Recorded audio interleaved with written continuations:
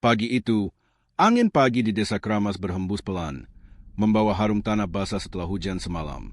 Desa kecil yang terletak di kaki gunung ini masih jauh dari hiruk-pikuk kehidupan kota. Rumah-rumah tradisional dengan atap ijuk berdiri rapat, seolah melindungi para penghuninya dari dunia luar yang terkadang keras dan kejam. Namun, di balik ketenangan itu, ada sebuah legenda yang tak pernah bisa dilupakan oleh warga desa. Di antara rumah-rumah tersebut, hidup seorang pemuda bernama Raka. Dengan rambut yang sedikit berantakan dan mata yang penuh semangat, Raka baru saja kembali ke desa setelah bertahun-tahun bekerja di kota besar. Kembalinya Raka bukan tanpa alasan. Ayahnya yang sakit parah memintanya untuk pulang, berharap ada keajaiban untuk menyembuhkan penyakit yang tak kunjung sembuh. Namun, Raka tahu bahwa penyakit ayahnya jauh lebih rumit daripada sekadar obat. Kehidupan kota yang glamor dan penuh dengan kemudahan kini terasa jauh berbeda ketika ia kembali ke desa yang penuh dengan kenangan masa kecil. Raka berjalan di jalan setapak yang ia kenal sejak kecil. Setiap langkahnya menyentuh tanah yang terasa begitu akrab, namun entah mengapa, ada sesuatu yang ganjil.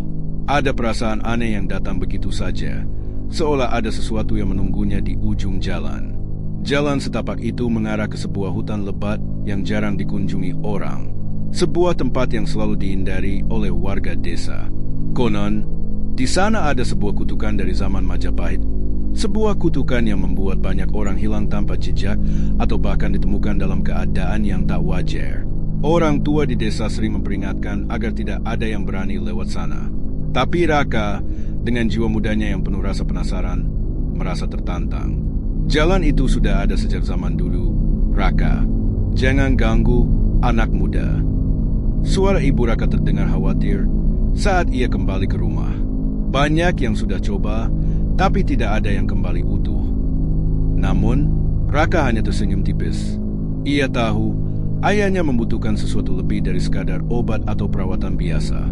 Desas-desus tentang jalan setapak itu bukan hanya tentang kutukan, tetapi juga tentang kekayaan yang tersembunyi, tentang harta yang konon bisa menyembuhkan siapa saja yang menemukannya. Mungkin, hanya mungkin, harta itu bisa menjadi jawaban untuk semua yang mereka hadapi. Raka memutuskan untuk pergi. Dengan langkah mantap, ia menuju jalan setapak yang telah lama ditinggalkan, tanpa mengetahui bahwa pilihan ini akan membawanya ke dalam sebuah perjalanan yang tak akan pernah ia lupakan. Tidak hanya untuk dirinya, tetapi juga untuk seluruh desa Kramas. Langkah Raka semakin berat, seiring semakin dekatnya ia dengan hutan yang dihuni oleh bisikan-bisikan zaman dulu. Semakin ia melangkah, semakin sesak udara di sekelilingnya. Ada semacam tekanan yang membuat dada terasa sesak, seolah hutan itu sendiri memiliki kekuatan untuk menilai siapa yang pantas atau tidak untuk lewat. Hutan di sekitar jalan setapak ini memang berbeda. Pohon-pohon yang menjulang tinggi dan rapat itu seolah membentuk pagar alami yang menutupi langit, membuat cahaya matahari pun sulit menembus ke tanah. Dedaunan yang berguguran tidak terdengar seperti biasa. Angin seakan meredam semua suara, hanya menyisakan desiran tak beraturan yang terdengar aneh di telinga Raka. Sesaat, ia berhenti dan memandang ke sekeliling. Tiba-tiba, bayangan sekeliling tampak semakin kelam, dan sesuatu yang tak terlihat merayap di balik pohon-pohon tua.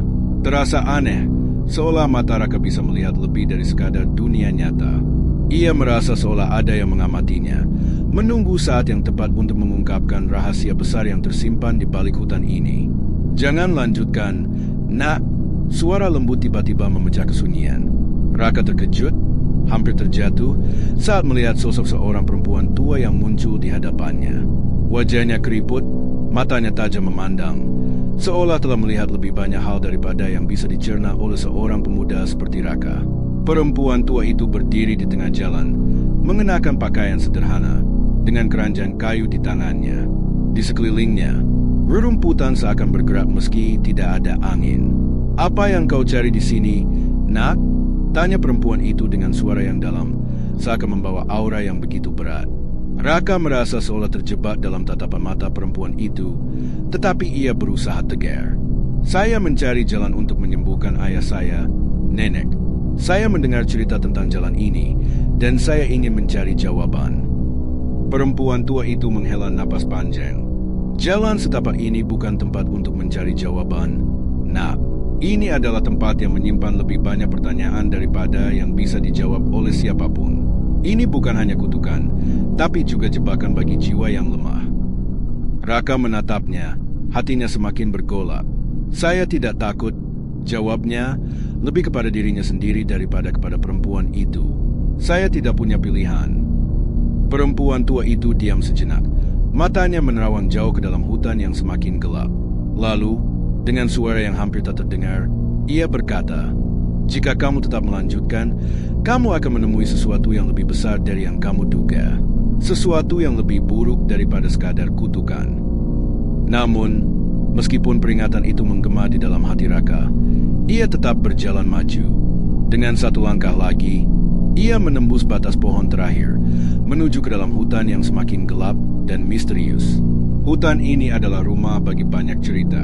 Sebuah tempat yang seharusnya hanya menjadi legenda, namun kini menjadi kenyataan yang harus dihadapi.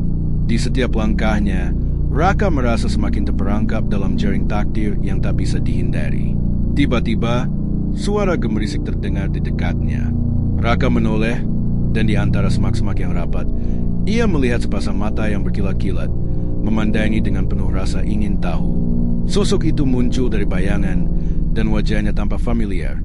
Seorang pemuda desa yang sudah lama hilang. Wajahnya pucat, tubuhnya kurus kering, dan matanya kosong, seperti kehilangan jiwa. "Raka, kamu tidak bisa keluar." Suara pemuda itu terdengar serak, seolah berat karena sakit. Jalan ini menuntut lebih dari yang kamu kira."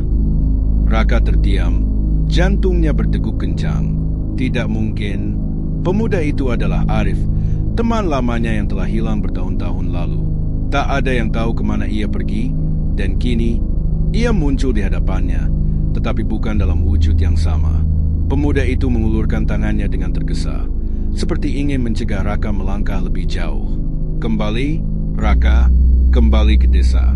Jangan ikuti aku, jangan biarkan dirimu terjebak dalam kutukan ini." Namun, sebelum Raka sempat berkata apa-apa, sosok Arif itu menghilang begitu saja ke dalam bayangan pohon-pohon tua, meninggalkan rasa dingin yang merayap perlahan ke seluruh tubuhnya. Dengan tangan gemetar, Raka melangkah lebih jauh, meninggalkan jejak-jejak kecil di tanah yang lembab. Ia tahu, kali ini tidak ada jalan mundur. Tak ada yang bisa menghalangi tekadnya untuk menemukan kebenaran, meskipun kebenaran itu bisa berarti kehancuran baginya sendiri. Raka terus melangkah, meskipun perasaan tak enak terus menggerogoti hatinya. Hutan ini semakin sunyi, dan udara yang sejuk kini berubah menjadi berat, seperti ada sesuatu yang menghalangi napasnya. Namun, ia tak bisa mundur.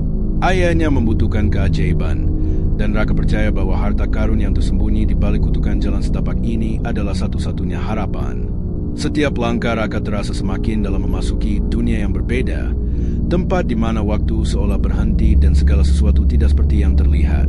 Pohon-pohon besar yang mengelilinginya tampak saling berbisik, seakan menyembunyikan rahasia yang hanya mereka yang terpilih dapat dengar.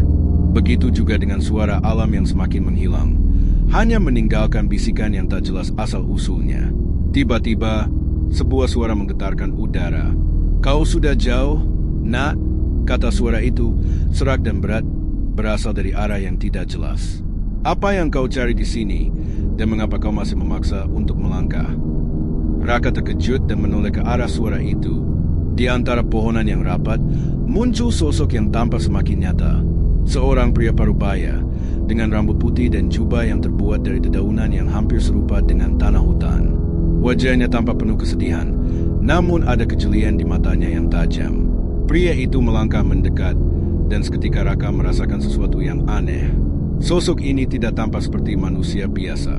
Matanya yang dalam seakan mampu menembus jiwa Raka, membaca setiap kegelisahan dan harapan yang ada di hatinya. "Siapa Anda?" tanya Raka, suara sedikit gemetar. "Apa yang terjadi di tempat ini?" Pria itu tersenyum tipis, namun senyum itu terasa lebih seperti kesedihan yang terpendam. "Aku adalah penjaga jalan ini. Dulu, aku juga seperti kamu, berharap menemukan sesuatu yang dapat mengubah nasib. Tapi, lihatlah aku sekarang." Pria itu menunjuk ke arah tubuhnya yang mulai memudar, seolah tak sepenuhnya nyata. Hutang masa lalu ini tidak bisa dibayar begitu saja. dan aku tidak bisa membiarkanmu melangkah lebih jauh. Raka merasa dingin menjalari tubuhnya. Hutang masa lalu? Apa yang Anda maksud? Apa yang terjadi di jalan ini? Penjaga itu menarik napas dalam-dalam, seolah mengumpulkan seluruh kekuatan untuk berbicara. Jalan ini adalah tempat terlarang, tempat di mana darah dan keinginan bertemu. Dulu, saat Majapahit masih berdiri, ada seorang raja yang sangat ambisius. Ia ingin menguasai segalanya, bahkan mencapai kekekalan. Untuk itu, ia menciptakan kutukan ini, sebuah kutukan yang akan menghukum siapapun yang mencoba mengubah takdir. Kekuatan ini terperangkap dalam setiap langkah jalan setapak ini, menunggu untuk memakan jiwa-jiwa yang cukup bodoh untuk melangkah ke dalamnya. Raka terdiam. Penjaga itu melanjutkan dengan suara yang semakin berat.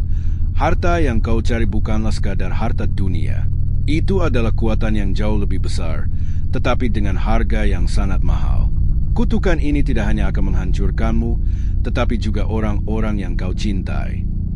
Raka menggigit bibirnya, berjuang melawan ketakutan yang semakin mencekam. Tapi, ayah saya, dia tidak punya waktu. Saya harus menemukan cara untuk menyembuhkannya. Penjaga itu menatapnya dengan tatapan penuh makna. Keinginanmu yang besar itu adalah kunci, nak, tetapi juga bisa menjadi penghancuranmu. Jalan ini hanya akan memberi apa yang kau inginkan jika kau siap menerima konsekuensinya. Dan jika saya tidak siap, tanya Raka, suara penuh tantangan. Jika kau tidak siap, jawab penjaga itu, maka hutan ini akan menelanmu, seperti yang dilakukan pada banyak orang sebelum kamu. Tak ada yang bisa melarikan diri dari kutukan ini. Raka merasa terjepit. Setiap kata penjaga itu semakin membuatnya ragu. Tetapi di sisi lain, tekadnya untuk menyembuhkan ayahnya tidak bisa dihentikan begitu saja. Ia harus terus berjalan. Keputusan itu sudah ada di dalam dirinya. Saya tidak bisa berhenti. Ayah saya membutuhkan saya, kata Raka dengan suara yang lebih keras, penuh keteguhan. Penjaga itu menggelengkan kepala, seakan tahu apa yang akan terjadi. Kau akan menyesalinya, nak. Jalan ini tak akan melepaskanmu begitu saja. Dengan satu langkah lagi, Raka melangkah melewati penjaga tersebut, meskipun rasanya dunia di sekelilingnya terasa mulai berputar. Angin tiba-tiba berhembus dengan kencang, dan suara-suara aneh mulai terdengar dari balik pepohonan. Raka berusaha untuk tetap fokus, tapi ia tahu perjalanan ini baru saja dimulai, dan tak ada jalan kembali. Tiba-tiba, tanah di bawahnya bergetar. Raka jatuh terhuyung, hampir kehilangan keseimbangan, dan saat ia menoleh, ia melihat sosok Arif, pemuda yang hilang, berdiri di belakangnya dengan tatapan kosong. Arif membuka mulutnya, tetapi tidak ada suara yang keluar. Ketika Raka hendak mendekat, tanah di bawahnya mulai retak dan suara gemuruh terdengar, seperti sebuah kekuatan yang akan menghancurkan segalanya. Di saat itulah, Raka menyadari bahwa kutukan ini bukan hanya soal harta atau kekuatan, tapi tentang harga yang harus dibayar oleh setiap jiwa yang mencapainya. Tanah di bawah kaki Raka bergemuruh. Angin berputar dengan kencang, membawa debu dan daun-daun kering yang berputar di sekelilingnya. Raka terjatuh ke tanah, terhuyung oleh getaran yang semakin kuat. Saat ia bangkit, tubuhnya terasa lelah dan perasaan takut mulai menyelubungi pikirannya. Namun, sebelum ia sempat menyadari apa yang terjadi, sosok Arif, teman masa kecilnya, muncul lagi, berdiri di depan Raka dengan wajah yang semakin pucat. Mata Arif kosong, tidak ada lagi kilau hidup di sana. Itu bukan Arif yang Raka kenal. Itu adalah sesuatu yang jauh lebih gelap. Raka, kamu harus pergi. Suara Arif serak dan bergetar. Kutukan ini sudah terlalu dalam. Tidak ada yang bisa keluar. Raka menggigit bibirnya, berusaha mengusir rasa takut yang perlahan mendalam. Aku harus melanjutkan perjalanan ini. Aku harus menemukan cara untuk menyelamatkan ayahku. Jika kutukan ini benar-benar ada, aku akan menghentikannya. Arif terdiam, seakan ada pertempuran batin di dalam dirinya. Lalu, dengan suara yang hampir tak terdengar, Arif berkata, jalan ini bukan hanya kutukan, Raka, ini adalah tempat jiwa-jiwa yang hilang berkumpul. Mereka yang datang untuk mencari apa yang hilang, tetapi malah tersesat dalam kegelapan. Raka memandang Arif dengan mata penuh harapan, meskipun hatinya penuh keraguan. Tapi, Aku harus mencoba. Aku tidak bisa menyerah. Tiba-tiba, tanah di sekitar mereka mulai bergetar lebih keras. Dengan cepat, suara gemuruh yang menakutkan itu datang dari kedalaman tanah. Tanah mulai terbelah, menciptakan celah besar yang memisahkan mereka. Raka terhuyung mundur, berusaha menjaga keseimbangan. Namun, sesuatu yang lebih gelap dari bayangan muncul dari dalam celah tersebut. Sosok hitam besar dengan mata merah menyala muncul dari dalam bumi. Itu adalah siluman yang menjaga jalan ini, entitas yang dipanggil oleh kutukan tersebut. Sosok itu bergerak mendekat dan aura kegelapannya terasa begitu kuat, membuat Raka merasakan kepanikan yang luar biasa. Arif, dalam kondisi yang semakin lemah, melangkah maju dengan perlahan. Raka, kau harus berhenti. Ini bukan tempatmu. Namun, Raka tidak bisa mundur. Ayahnya, desakan untuk menyembuhkan ayahnya yang sakit, terus menggerakkan kakinya maju. Dengan satu gerakan nekat, ia berlari menuju celah yang terbuka, berharap bisa menghindari siluman itu. Raka, berhenti, teriak Arif. Tetapi suara itu hanya terdengar jauh, seakan terhalang oleh kekuatan yang membatasi ruang dan waktu. Saat Raka mencapai celah itu, siluman besar itu muncul dengan sekejap. Tangan hitam raksasa terulur, berusaha menangkapnya.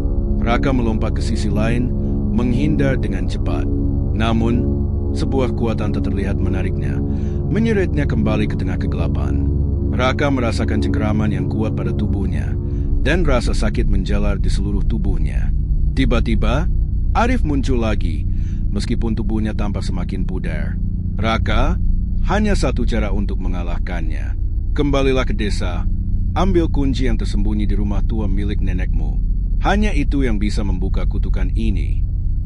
Raka tertegun. Ia hampir tidak bisa percaya dengan kata-kata Arif, tetapi di mata sahabatnya itu ada keputusasaan yang mendalam. Kunci di rumah nenek? Tanya Raka dengan ragu. Ya, kunci itu adalah satu-satunya jalan untuk menutup kutukan ini, jawab Arif dengan suara yang hampir tak terdengar. Sosok siluman itu semakin mendekat, namun Raka tidak punya waktu untuk ragu lagi. Dengan sisa tenaga yang ada, ia berlari kembali ke jalan setapak, berusaha meninggalkan bayangan gelap itu. Hutan di sekitar terasa semakin mencekam, dan suara hutan menjadi semakin melengking, seperti menyambut kedatangannya dalam kegelapan yang lebih dalam. Raka berlari kembali ke desa, berusaha meyakinkan dirinya bahwa ia masih bisa mengubah nasibnya. Dalam hatinya, ia tahu satu hal, ia tidak bisa menyerah. Untuk ayahnya, untuk Arif, untuk semua yang telah hilang di sepanjang jalan ini. Di kejauhan, desa Kramas terlihat samar-samar, diterangi cahaya bulan yang temaram. Rumah tua neneknya, tempat yang pernah ia anggap sebagai tempat yang penuh kenangan, berdiri sepi di ujung jalan setapak. Hanya ada satu hal yang harus ia temukan di sana. Kunci yang tersembunyi. Kunci untuk mengakhiri kutukan yang telah menghantui desa ini selama berabad-abad. Dengan langkah yang semakin mantap, Raka melangkah menuju rumah tua itu, menyadari bahwa waktu yang dimilikinya semakin sedikit. Raka berjalan cepat menuju rumah tua yang terletak di pinggir desa. Rumah itu tampak berbeda dibandingkan dulu.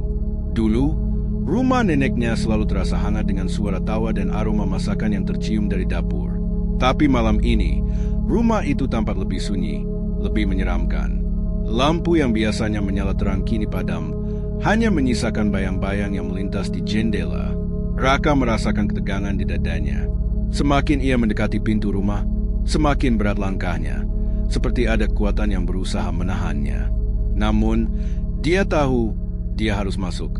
Untuk ayahnya, untuk Arif, dan untuk mengakhiri kutukan yang telah membayangi desa ini.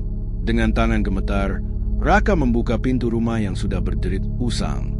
Pintu itu terbuka perlahan, mengeluarkan suara berdecit yang membuat Raka terkejut. Dia melangkah masuk, disambut oleh udara dingin yang terasa mencekam. Rumah itu gelap, hanya ada sedikit cahaya dari bulan yang menyelinap melalui celah-celah jendela.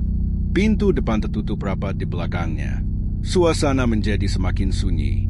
Hanya suara napas Raka yang terdengar jelas di dalam ruang yang hampir kosong itu. Tidak ada waktu lagi, gumam Raka pada dirinya sendiri.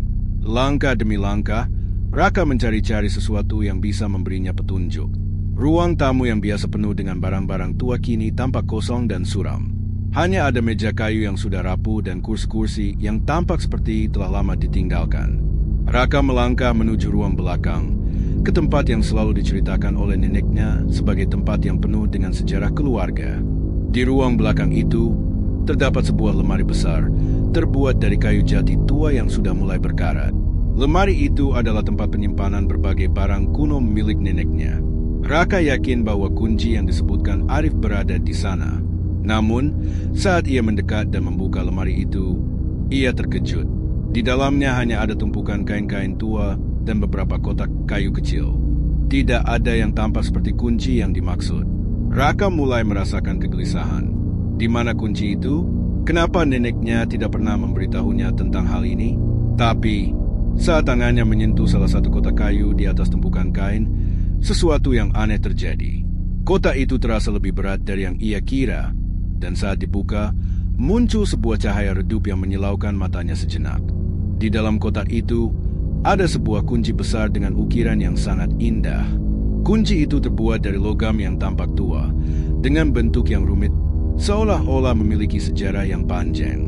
Raka merasa ada sesuatu yang menghubungkannya dengan kunci itu, sebuah perasaan yang sulit dijelaskan.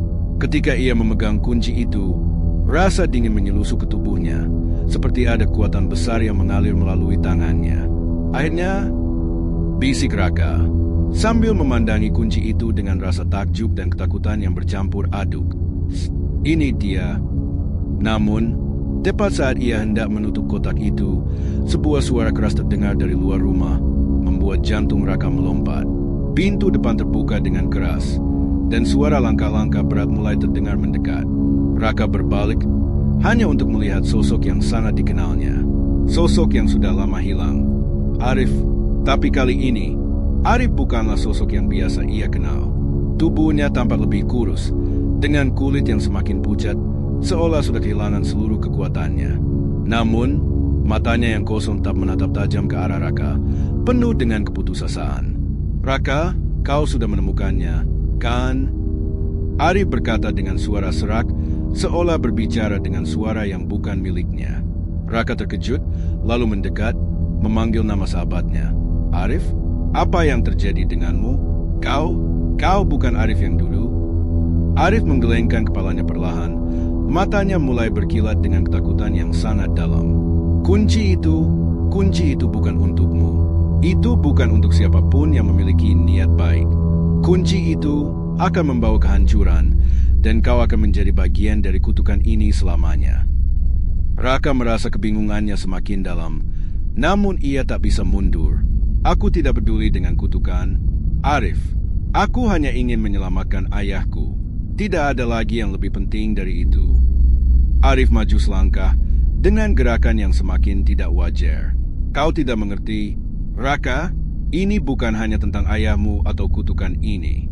Ini tentang memilih. Memilih untuk tetap hidup atau terjebak dalam bayang-bayang selamanya. Raka menggenggam kunci itu lebih erat, merasakan kekuatan yang mengalir darinya. Namun, saat ia menatap Arif, ia tahu bahwa sahabatnya itu sudah terperangkap di dalam kutukan yang lebih dalam, jauh lebih lama dari yang ia bayangkan. Arif tiba-tiba terjatuh, tubuhnya mulai menghilang ke dalam bayang-bayang, seperti ditarik oleh kekuatan yang tak terlihat. Kunci itu akan datang dengan harga yang tak terbayangkan, Arif berkata terakhir kali sebelum hilang sepenuhnya. Raka berdiri terdiam, memandang ke tempat di mana Arif terakhir kali berdiri. Ia merasakan getaran di dalam dirinya, ketakutan yang semakin mencekam. Namun, ia tahu bahwa tidak ada jalan mundur. Dengan kunci itu di tangan, ia harus kembali ke hutan, ke tempat yang menyimpan rahasia yang lebih besar daripada yang ia bayangkan. Kegelapan yang semakin pekat mengintai di depan mata, dan Raka tahu perjalanan ini baru saja dimulai.